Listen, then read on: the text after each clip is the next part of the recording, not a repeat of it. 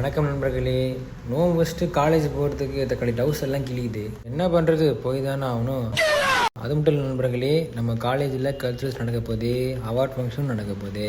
இன்னைக்குன்னு பார்த்தீங்கன்னா அது நாளைக்கு தான். சரின்ட்டு இன்றைக்கி பஸ் ஸ்டாண்ட் போய் பஸ் ஏறிட்டு காலேஜ் வந்து பார்த்தா எல்லாம் எழுதிட்டு இருக்கானுங்க. என்ன எழுதுறானுங்களே தெரில.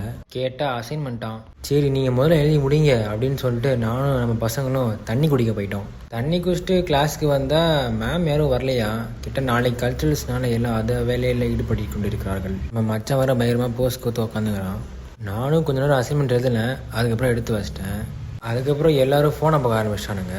அப்படியே லஞ்சுக்கு போயிட்டு லஞ்சை முடிச்சிட்டோம். நான் கிடையாது, பசங்க.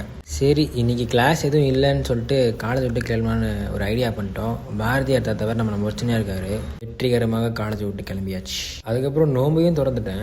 நம்ம நோம்பு திறக்க வர குட்டி கொஞ்சம்லாம் நம்ம கிஸ்தானிக்ஸ் ப்ரோவை பார்த்துட்டு நான் கிஸ்தானிக்ஸ் ப்ரோ மாதிரி கலிஸ்தானிக்ஸ் பண்ண போகிறேன்னு சொல்லிட்டு மேலேயே வந்து எக்ஸசைஸ் பண்ண ஆரம்பிச்சிட்டானுங்க. தக்காளி நான் வீடியோ எடுக்கிறேன்னு தெரிஞ்சு பையனை வந்துட்டு இருக்கிறான். நோம்பு திறந்ததுக்கப்புறம் ஒரு சின்ன ப்ரேயர் இருக்கும், அது பேர் தராவின்னு சொல்லுவாங்க.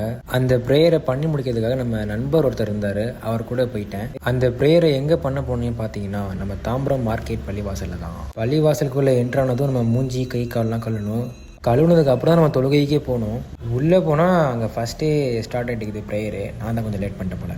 மொத்த ப்ரேயரையும் பண்ணி முடியறதுக்குள்ளே 10:21 ஆயிடுச்சு. இதுக்கு மேலே வெயிட் பண்ண எங்கள் அம்மா கதவை மூடுறாங்கன்ட்டு காடி எடுத்துக்கின்னு நேராக வீட்டுக்கு போயிட்டேன். அவ்வளோதான் நண்பர்களே, இந்த காணொலி முடிஞ்சு. போயிட்டு சாப்பிட்டு தான் தூங்கியிருப்பேன், வேறு எதுவும் இருக்காது. மறக்காமல் நீங்களும் சாப்பிட்டு தூங்கிடுங்க. பாய்.